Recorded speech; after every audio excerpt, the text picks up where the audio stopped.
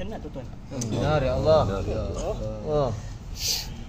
Maksiat, berluar rasa, keganasan, penipuan tanpa batas, Allah. penipuan dengan nyata. Allah. Terang-terang menipu, Allah. tapi tak ada siapa yang mengawal atau menghentikan penipuan. Allahu Akbar. Kenapa tuan-tuan?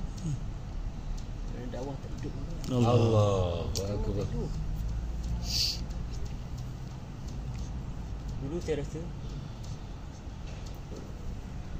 saya balik kerja Singapura, saya kerja luar negara dulu. Saya nampak sesuatu yang saya rasa aku kena ubah sesuatu. Saya berhenti kerja luar negara. Saya balik dengan niat nak betulkan bangsa saya.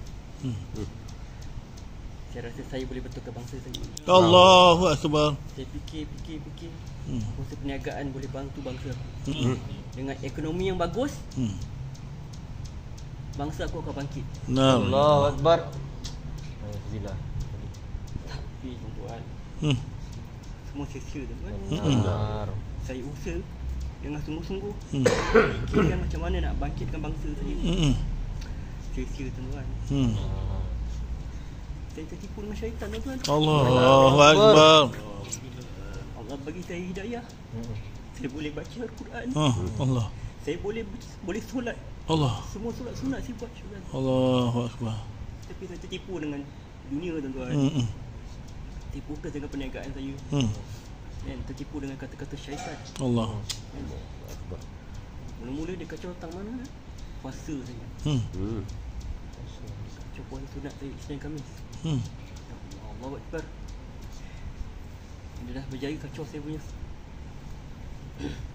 Dia dah berjaya kacau solat ini puasa sunat saya. Dia kacau solat sunat saya. Lemahnya. Allah. Membuktikan berapa lemahnya manusia ni. Bila dia rasa dia yang buat. Ya. Allahu Akbar. Akbar.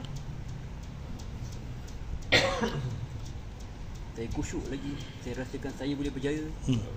Aku terus hanyut. Allah. Tak ada pegangan. Siapa yang nak jawab je tu tuan? Allahu Akbar.